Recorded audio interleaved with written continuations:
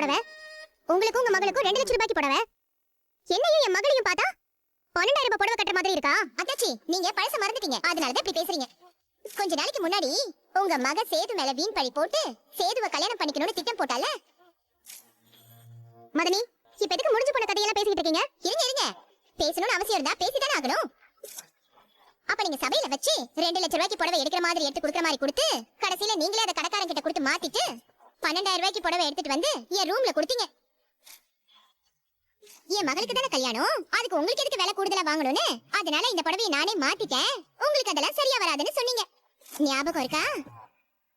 தாமரை கல்யாணத்துக்கு நாங்க 2 புடவை எடுத்தோம்ல, அதை தப்பா நீங்க வேற யாருக்கோ கொடுத்துட்டீங்க போல இருக்கு. மதனி, அன்னைக்கு நீங்க 2 பேரும் புடவை எடுத்து வச்சுட்டு போனதுக்கு அப்புறம் அந்த பில் போடும்போது பாக்குறேன், நீங்க எடுத்து வச்ச புடவை 1,15,000, சித்ரா எடுத்த புடவை 1 லட்சம் போட்டுருக்கு.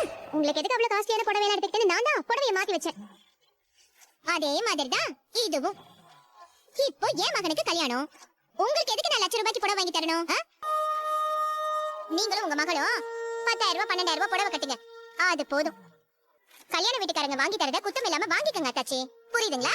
அம்மா, நானும் பாத்துக்கிட்டே இருக்கேன், ஒவ்வொரு விஷயத்திலயும் மதனி என்ன அசிங்கப்படுத்திக்கிட்டே இருக்காங்க. நீங்க எனக்கு பண்ணதை நான் உங்களுக்கு திரும்ப பண்றேன் அத்தாச்சி. பழிக்கு பழி, ரத்தத்துக்கு ரத்தம், நகைக்கு நகை, புடவைக்கு புடவை. என்ன நான் சொல்றது?